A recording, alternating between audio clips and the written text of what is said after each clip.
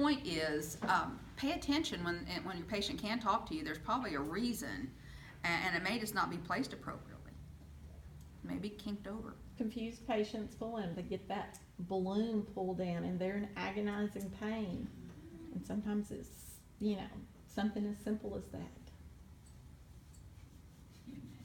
Okay, ladies, did I forget anything?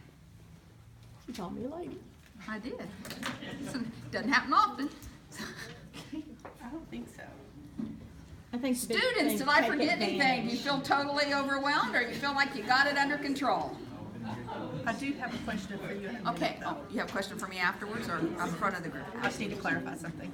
Take advantage of the clinical. I cannot stress that enough. Take advantage of the clinical. Ask the whys and find out the whys. And guess what? A lot of times the patients are more than happy to talk to you. Don't be terrified of them. They may not feel good, no. But a little TLC goes a long way, Every chance you have to listen to a physician-nurse interaction, you take. When they're gonna call the doctor, make sure you're there listening to what they're saying. When they have the doctor come, you should always, and this doesn't happen very often, every time the doctor comes on, you need to make a point of rounding with that doctor. That's the best way to get information and to get what you need done, because the nurse has a whole bunch of stuff they want done, and if you don't talk to the doctor, they're gonna leave the unit and you're not gonna get anything done. So take that opportunity. That's another thing that all the students who graduate say, we didn't feel like we had enough experience with interaction with physicians. And there's no way, I would not throw you out there and expect you to go and talk to a physician about things. We try to do a couple things in simulation where, if you don't come and bring all the information, we will be a little rude to you on the phone. Because you need to look at everything. You need to look at the whole, if somebody comes to me and gives me a blood pressure and a heart rate, but they didn't give me urinary output, level of consciousness, any of the other things that are important to a patient, I'm going to turn you right back and say, go back and get me some information, then call me again when you've got something. Because I can't make decisions. Your primary care provider cannot make decisions if they don't have the right picture. And if you cannot explain to them verbally what the patient looks like, you will not get the orders that patient deserves. So every opportunity you have to interact, I don't want you to talk, you can talk to the doctors if you want, but I'm just saying, you're not going to be the ones that takes the information probably to the physician.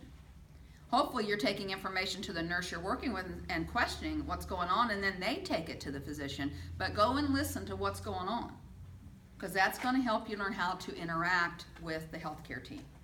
And I will say, Brandy is a unit manager, Pat as a unit manager on 3B, both Courtney, Courtney and Michelle Michelle are fabulous in ICU and CCU. Katrina down the ED, you get over to Greenview, your docs and things down there. They appreciate you asking the nurses. That's why some of them don't want, well, why did you do that? Because they look at it, it's an educational opportunity for their staff. Also, this is something, students said, she told me I couldn't ask any question. In the middle of a code, don't say, well, why are you doing that right now? But, we are, there are some doctors that are not nice, but we have some docs that are wonderful teachers and, say, can I ask you a question? They can say no, that's fine. Don't have to say, but. Yeah, right, that's fine.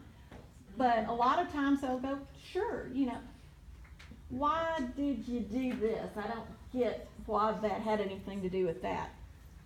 And they're usually really good about doing it, but they don't think to tell you sometimes because it's so second nature to them,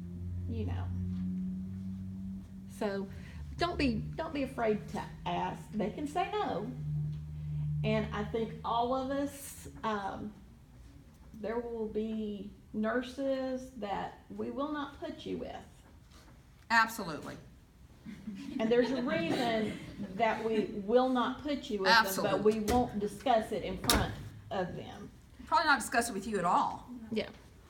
You just need to take our experience for the reason why. I mean, we know what to expect. And